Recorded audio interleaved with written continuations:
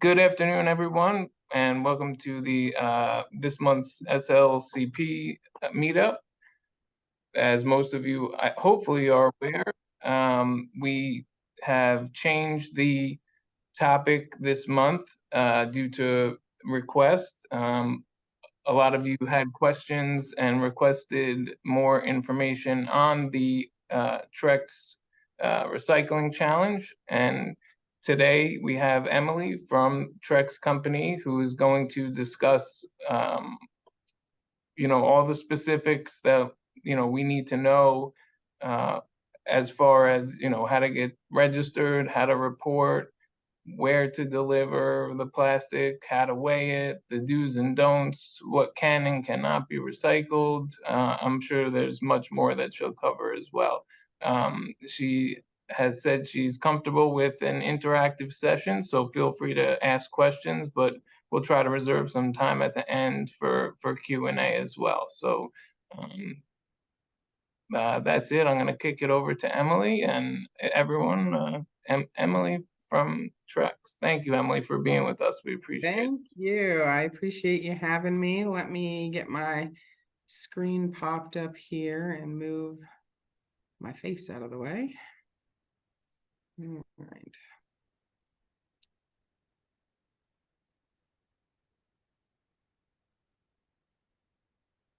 Can everybody see my screen?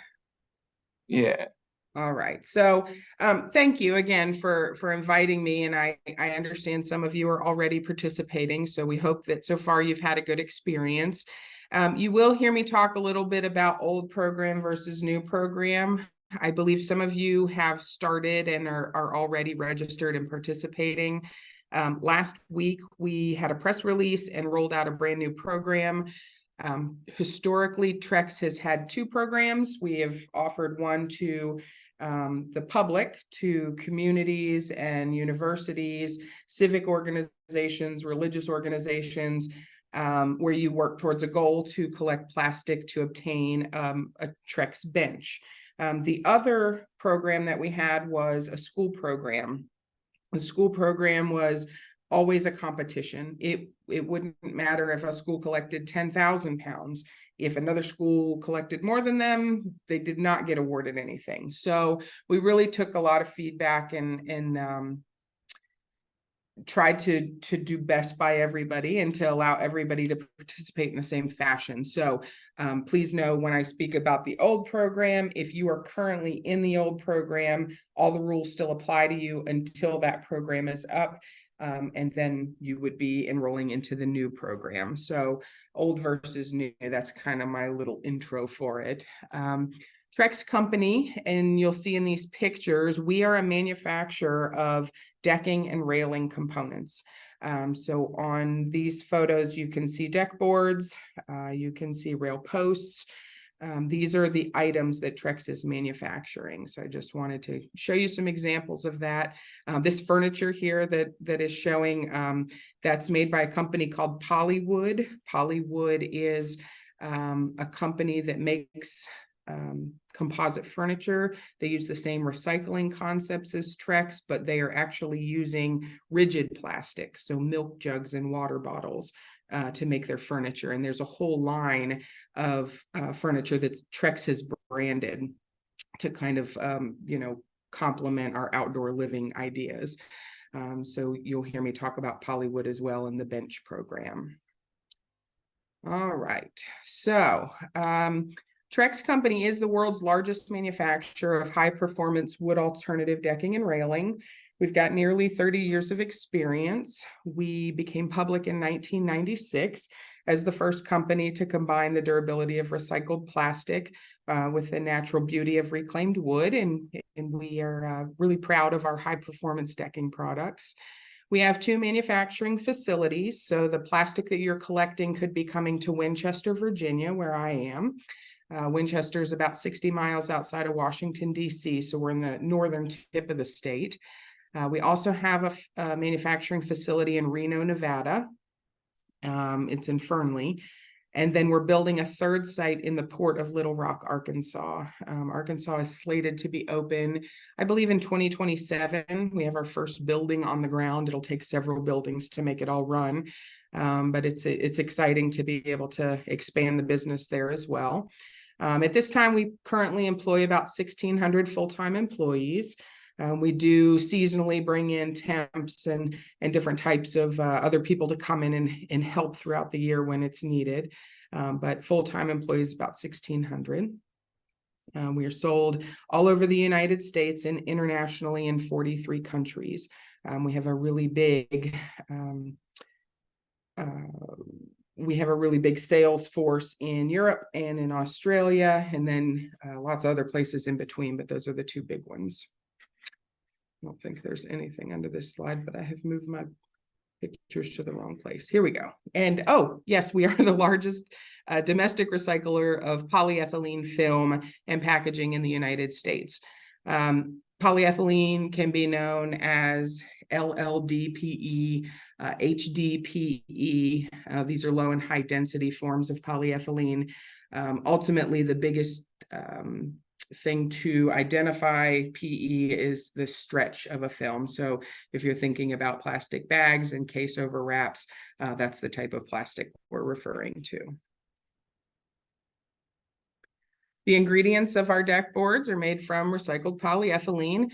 That's bags, wraps, films, packaging, and then wood waste. So on the East Coast, we use primarily cabinet and flooring manufacturers. The leftovers that they have from making their products is a lot of chunks and sawdust, and we purchase that material from them. On the West Coast, the wood that we use is a hardwood called almond wood. I believe California is the largest grower of almonds in maybe the world, if I heard it correctly on a advertisement, but they push over their orchards frequently, and those trees get ground up, and we are able to purchase that to use for our product as well. The polyethylene film comes from various commercial and community resources. We'll talk a little more about that in a couple of slides. We upcycle between 300 and 400 million pounds of polyethylene every year. Now, our ingredients are about a 50-50 split in a deck board. So 300 to 400 million pounds of PE equals 300 to 400 million pounds of wood waste as well. If you have ever seen Play-Doh kits that kids play with, that's probably the best way I could describe how our manufacturing process goes. They take the wood, they take the plastic, they melt the plastic down, mix it with the wood, they extrude it, and it comes out to be a deck board. I don't know if you can still see me, but a deck board that looks like this.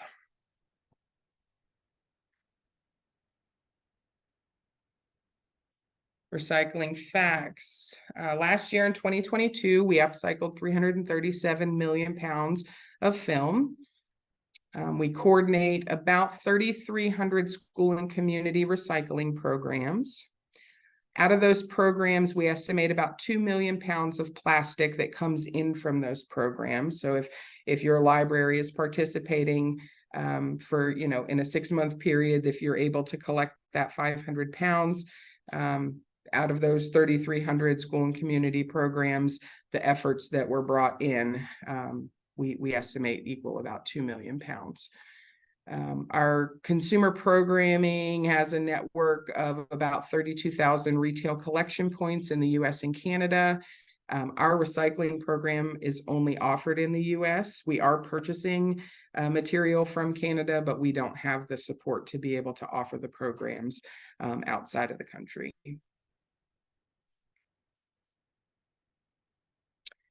So the NexTrex challenge that was just rolled out last week, and there is a press release on our website, nextrex.com.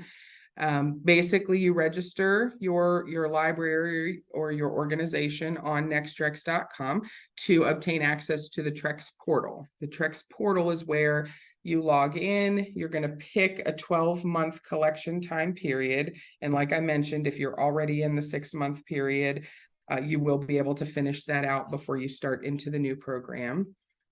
Our goal for the 1-year program is to collect a minimum of 1,000 pounds of plastic. And then as you are collecting it and dropping off at a participating retailer, you're going to report your totals on the portal. When you get into the portal and it asks you to pick your start date, it's going to give you the opportunity to order supplies. For a community program, we offer recycling bins. I should have brought one with me. Recycling bins and posters so that you can use them in your collections. The bins are great. They kind of look like a cardboard box, but they are plastic and can be recycled in your curbside pickup when you're finished with them. But they hold up really nice. You can put a liner in them so that when it's full, you can pull that liner out. It makes it very easy to weigh. People ask how to weigh the plastic. I've seen any kind of household scale, a fish scale, luggage scale. Schools will turn it into a math assignment. They'll have a student stand on the scale and then subtract their weight from it.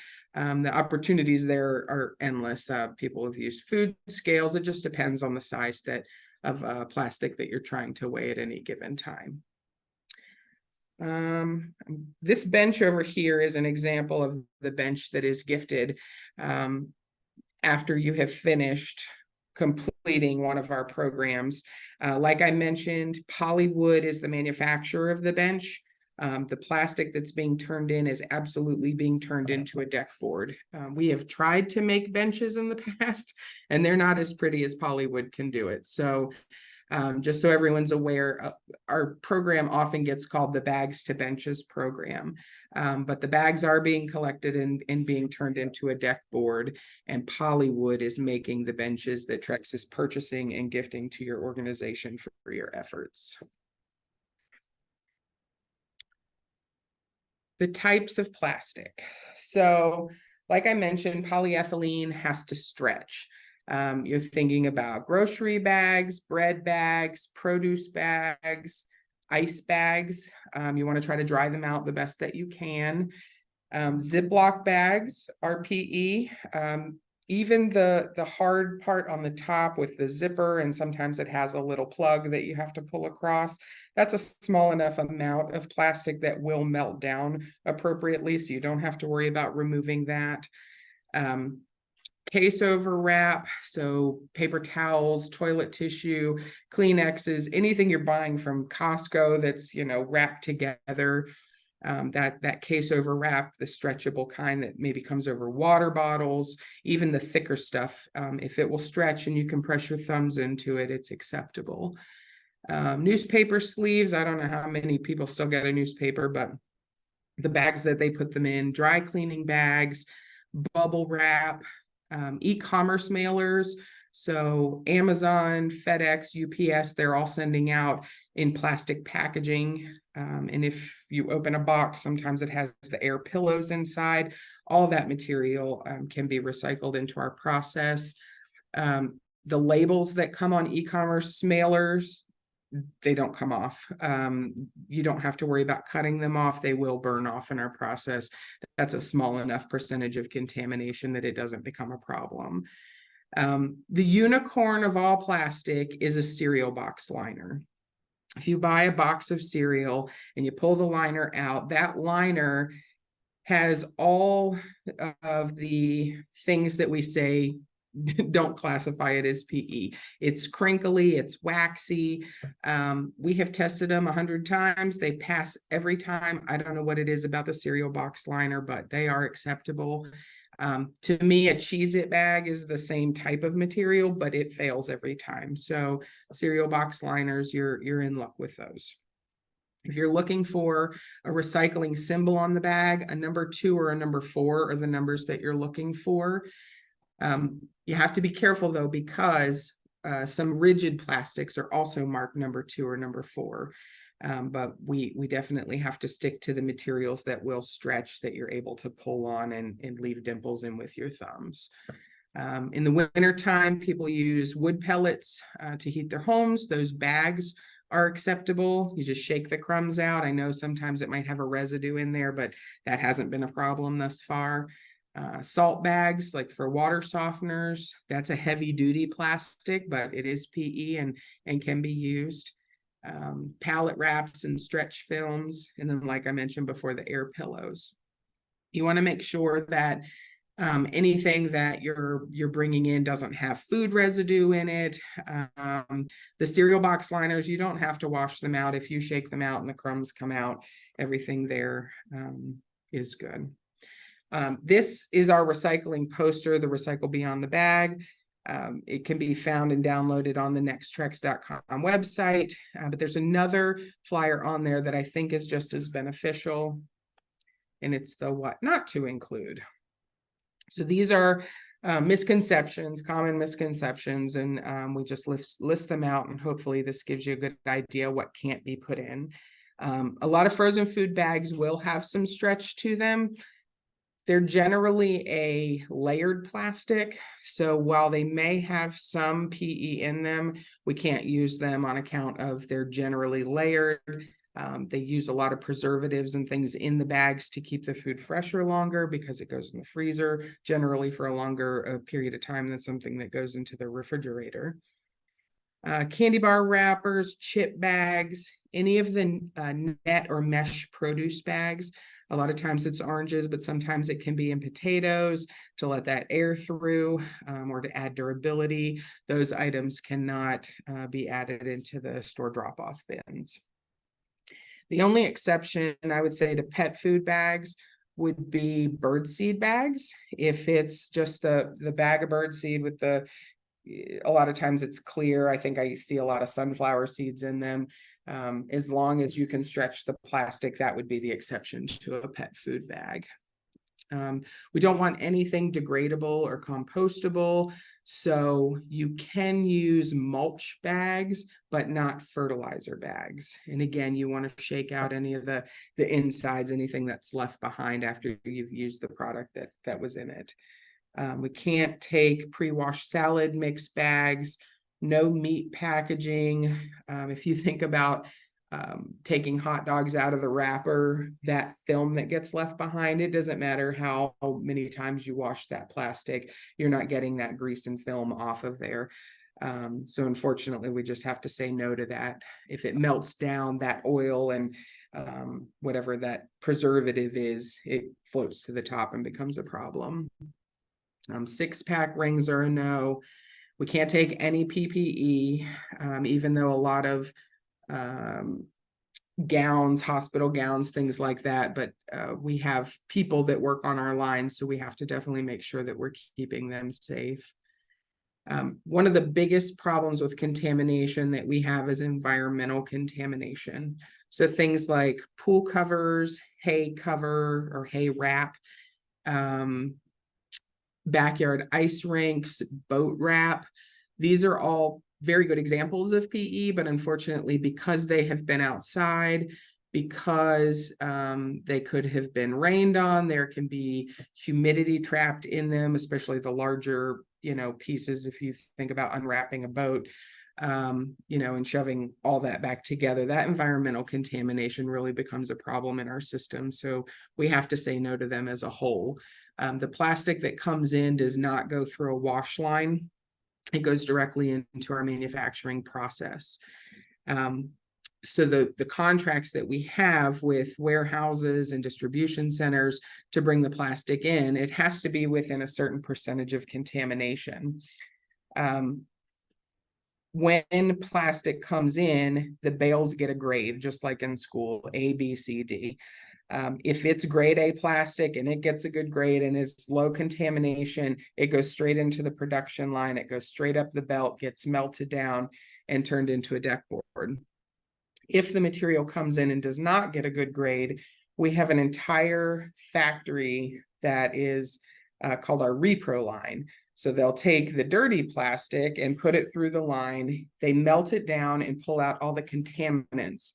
So if it's got the wrong kinds of plastic, anything, I don't know all the contamination types, but they pull all the stuff that can't be used out. They take the good plastic melted down and turn it into a pellet. And those pellets can be mixed with grade A plastic and still used in our process. What gets pulled off is called purge. And purge, I don't know how really to explain it other than it's a big, ugly pile of fluff that you can't really do anything with. Until we found some companies that are able to take it and turn it into energy. So nothing that comes to Trex, good, bad, or ugly, because recycling is not perfect. It's going to have contamination in it. Nothing gets taken to the landfill. If it can't be used directly in our process, then it turns into our purge and then it is sold, and we're able to, have other companies turn it into something else. It's the beauty of upcycling. Some of the other items that we talk about not being able to use, you have to be really careful with things like tablecloths and shower curtains. While they stretch, they generally have a mix of plastic in them, so they're probably marked a number 5 or a number 7.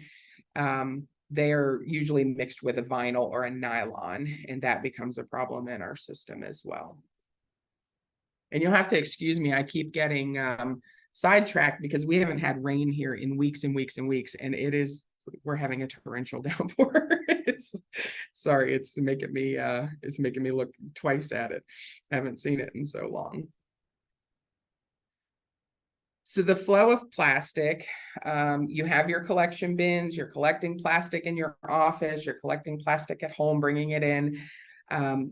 Once you've collected it, you're weighing it, you're taking a picture of it to put it into the portal, and then you're delivering it to a grocery store. And I do have a slide with a list of the stores in your state.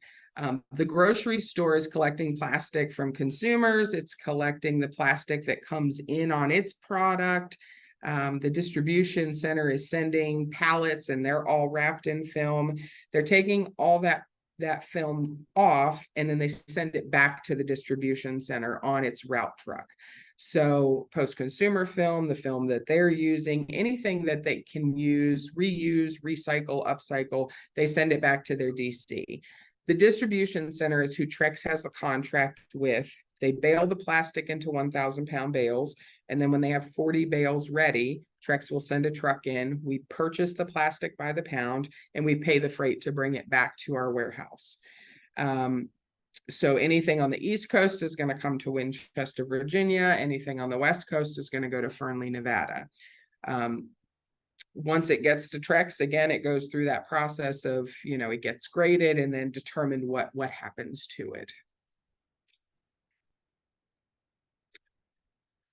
I believe, I don't know if all of you are in New York, but I believe some of you are in New York. So on our website, there is a list of all the states in the country and all the stores that we work with within those states. The bin on the right is the bin that Trex will provide and send to you. You'll see it has the recycling poster on the front of it. And then the lid says for plastic recycling only. So it's hopefully not confused for a trash can. Although even in our corporate office, I pull things out of it all the time. So in New York, the Acme, Hannaford's, Kohl's, Home Depot is not listed, but we do purchase all the plastic from Home Depot distribution centers. So Home Depot you can drop off to as well. Ocean State Job Lot, Price Chopper, Stop and Shop, Tops, Wegmans, and Whole Foods. These are the stores that we have current contracts with their distribution centers. Now, if you walk into your local Whole Foods and say, here, I have plastic for Trex, they're not going to know what you're talking about. They know that the plastic goes back to their distribution center to be recycled, but they don't always know what happens to it after that. So what you're looking for in these stores is just a generic bin for plastic recycling only. And generally they're in the front of the store, where the shopping carts are. And sometimes you may have to ask. There are some states that have gone through bag bans where they're not allowed to give out plastic bags anymore. New Jersey was one of the states that happened last year. And we, in working with all these distribution centers and stores, we're able to reassure people that, even though there's a bag ban, you are still able to take your plastic and drop it off, because like we've shown, plastic bags are not the only thing that, you know, we're able to recycle. It's probably one of the lowest percentages of items that we're able to recycle at this point. So all the other, you know, common household items that are on that list can be turned in as well. And it's our supply chain's responsibility to make sure when rules like that are implemented by state that these stores are still you know, accepting from the public. And sometimes it takes a conversation. You go in and they have said, nope, we've taken our bins away, we're not accepting it anymore.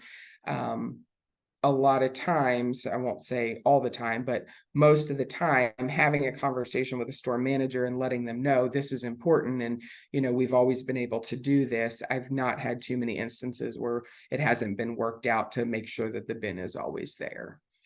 The second company that's listed here, and I'm probably going to chop it up if I say it, it's a grassroots account. So I was talking to someone early before we started the presentation about our grassroots movement. So these are businesses or townships, municipalities, places that may not be able to bale truckload quantities every year, but maybe they could do half truckload quantities. And this is a location, I'd have to pull up my list to see exactly where it is in New York, but they are collecting plastic from the public just like a store would be, baling it and then selling it to Trex. So we're really trying to grow that business so that people have more opportunities to drop off even outside of grocery stores, because like you might not have one of these stores right in your town, and that does become a problem because you want to reduce your carbon footprint and not be driving to the stores just to be dropping plastic off when you're not going there anyway. And like I said, on the website, nextrex.com, there's a list of all the states and all the stores that are listed per state. Here's some website information, my contact information. Everything for the program is housed online, but I am available 5 days a week to answer questions. If you have trouble with the portal or you have any issues, you know, getting logged on, or you have questions about types of plastic, these are, you know, ways that you can contact Trex. And you know, if you get my voicemail, I'm good about returning calls, but absolutely happy to help in any way that we can. I have done a lot of talking, so now I will take a break and open it up for questions. Does anyone have a question? Anyone want to be the first? Sarah, go ahead. Hi, Emily. I think I've dealt with Emily in the past. I saw your name and I was like, I And know. she knew, right? So Yes. I love the program. I did it for the library. I'm doing it for one of my volunteer organizations, Lindenhurst Mayor's Beautification. Yep. And we're in the process now. And we do have an issue with these participating retailers. They don't really want to accept. Home Depot treats me as if I have, you know, the plague. And I understand we need to have smaller bags, but you know what? How do you expect to bring in 500 pounds and now your new program of 1,000 pounds if you're using these tiny little bags? They only have these bins that are so small. When they see us, they really don't. The only person lately was the manager in Kohl's in Massapequa, New York, was so nice that went out of his way and took it. But I'm having a lot of trouble. I have people I go to 4 different places. It's very inconvenient. Long Island, I know, is a bad spot. We need like a central area. I almost want to call Suffolk County to see if they can start up something for this. So that might be my next move. Yep. So the grassroots, that has been the biggest push that we've tried to make. You know, we have these other options. It's a matter of getting someone that has the, you know, the manpower and the equipment to be able to participate as well. Because yes, I know you and I have talked multiple times about stores on Long Island, and you know, there are places where, you know, it's a really good response, and what I try to remind people about grocery stores is, especially store managers, they're in the business of selling groceries. When you try to put something else on their plate, it's just like all the rest of us. The jobs that we're doing are taking up a lot of our efforts and our time. So giving them one more thing to do, they do sometimes get frustrated. At the end of the day, their companies are being paid for this material, so it's only more money in their pockets. If I think I have sent you the generic store letter that we offer that you can use in conversation with store I managers. might have dropped it off once to someone. I have to look, maybe if you can re-email me it. And Absolutely. Absolutely. I'll paste it all over my body and give it to the other people that Have a are, t-shirt because made. I have a group, I have a little group of people, and what they say is, we take it, we drop it and run, Yeah. so it makes it difficult to try to complete the tasks. Well, and just like anything, it's the education. So, like I mentioned, they don't know what happens to it when it leaves their store. They know that it goes back to their distribution center, but they don't know Trex. They don't know our program. They don't know what we're doing as an end result. They don't know what the gift is. They are not familiar with. And there are so many of them. It's not, I mean, it would take me forever to make a phone call to every single store and No, say, absolutely.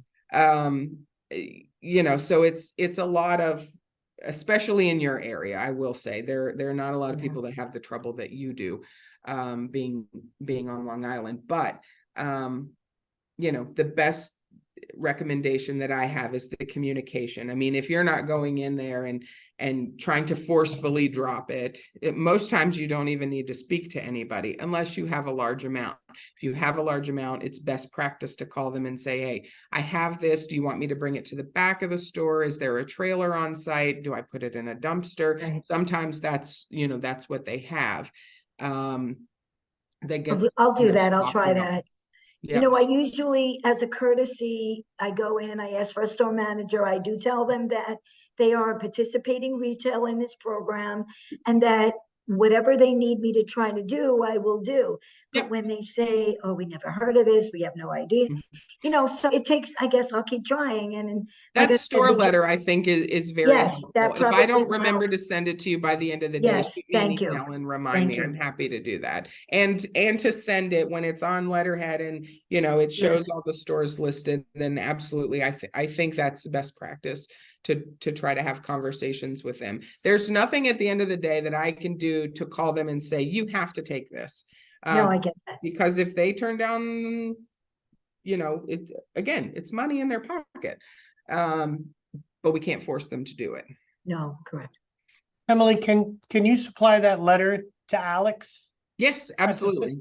Because I think that'd be a good resource, being that we're talking to the members of the SLI about doing this. It would be a good resource for them to have at their hands rather than continuing to have to bother you for it. We can say, here's a letter that may help you in your endeavors. Absolutely. It's not like that everywhere. There are a lot of places that, do know about the program, because especially when you've been networking and you've been talking to people in your community that are already doing it, somebody has told you about it, which means they've already been doing it. There are places that it's not so hard. So Sarah, I hate that it's, that way for you. We work it out. That's right.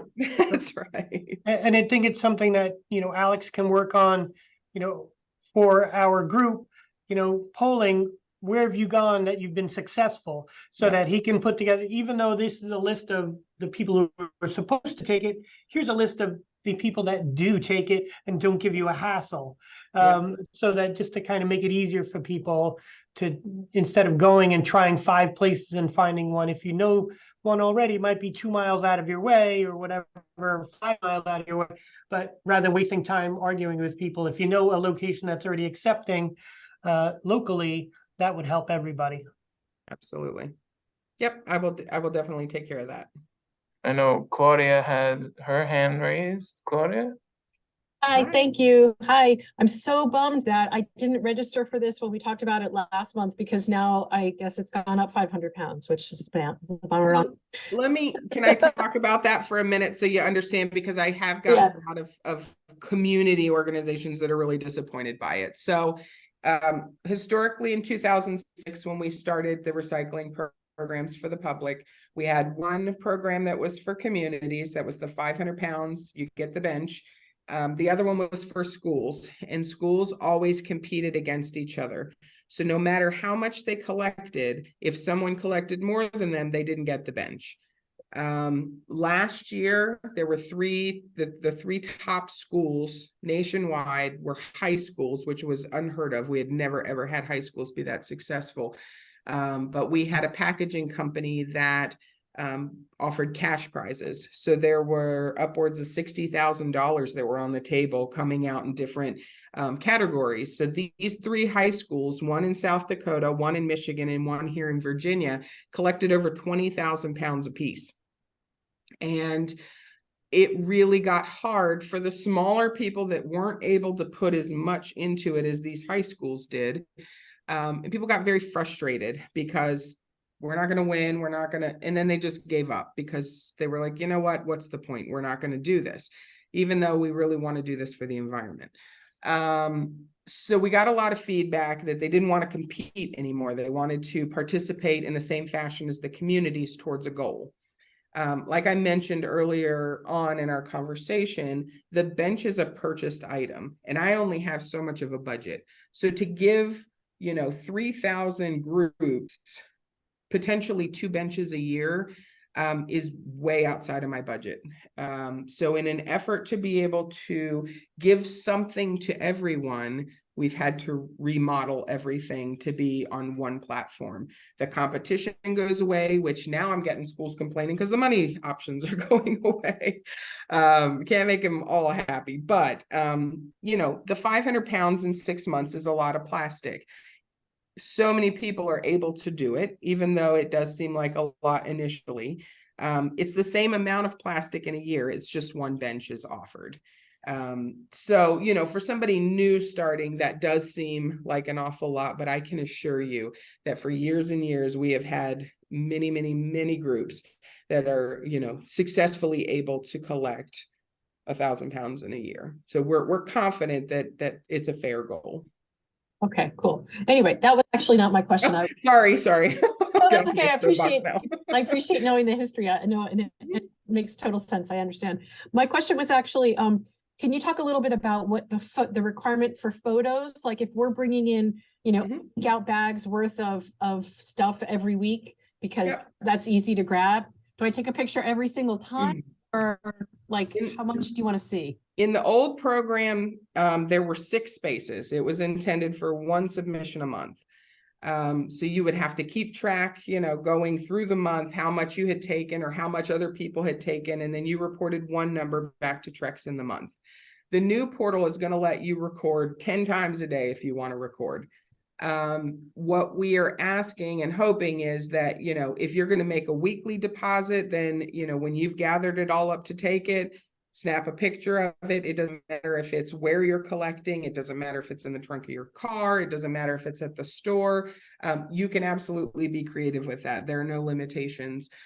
What we are hoping to see, though, is that people aren't logging in and saying, 500 pounds and then showing 2 bags of plastic. We really want to see the efforts. We want to see what people are doing. We want to hear what, is working for you, what's not working for you. Because when you tell me something that has been successful to you, I'm able to carry it to somebody else that may be having the same issue. So it's, it's a way for us to stay in communication. It's a way for us to see, like I mentioned earlier, my big boss wants a calendar. So I'm like, well, I'll start looking at all these pictures. I'm sure we can come up with something. Okay, cool. Thank you. You're welcome. I should send you the pictures they had of me with my whole office filled with tons of plastic bags. When's your birthday? I'll make you that month. I'll look at that photo and send it to you. Please do. Please do. That's exciting. Yeah, we had some great last year with the schools. Part of the competition were social media challenges. So there were all these hashtag challenges. And if you pull up some of the hashtags on Google and look at some of the pictures, they were phenomenal. These kids had such a great time, like their teacher falling back into a bag, full room full of plastic. And They really did some great things to get everybody involved. We have Katie Karachi with a question. Hi, Katie. Yes. Hi, Emily. I've actually emailed with you before. It's nice to meet you. So we have done a couple of challenges here at the Hen Hud Library, and we just started a new one. And I was just wondering, with the new program, are we able to go to different participating locations? Because we stuck with like a Stop and Shop nearby. But then when I went to log more, I noticed we couldn't go to another location if it was like just convenient for us. And even in the old, you could still do that. The system was so old, it had not had an upgrade since it was, became into existence. So it really needed that. But yes, you are not limited. If you, dropped a bag to 5 Stop and Shops, it wouldn't matter. You could drop one at Kohl's, one at Stop and Shop, one at Home Depot. You were not limited at all. Oh, wonderful. Thank you. And this makes it easier too. If you want to spread the wealth, you don't want to have to be one person taking things, all the time and all the burden be on you. You can have other groups taking and making deposits. Have them snap a photo and send it to you. If you have one person reporting and everybody reporting back to them, hopefully you can come up with a good system that works well for you to be able to do that. But you're absolutely not limited to the same store. Great. Thank you so much. You're welcome. That was a great suggestion and great idea. Like if you're working with or just have a community partner to, help you with like making the drop-offs, it takes a lot of pressure off of the library. We see it a lot in the schools that, they get their PTA involved, or, somebody's swinging by on Tuesday because that's their kid's dance class and they pick up the plastic. It's however you want to design it. It's flexible, very flexible. And I believe there is an action item that, partnering with either a for-profit or nonprofit. So just throwing that out there for any other questions? No. Well, I will send you this slideshow. I will Awesome. send you the store information, the store letter, and a little blurb about how that happens. So you're absolutely welcome to share that, with anybody. And my contact information is public knowledge. So please, by all means, call me, email me. I'm happy to walk you through it. Thank you so much for being with us this afternoon. Thank you so much for your time and answering all our questions and all the great information. We really appreciate it. Absolutely. Good luck to all of you. And like I said, if you need me, I'm around. Thank you so Thank much. you. All Bye. right. Thank you. Have a nice day, everyone. Bye-bye.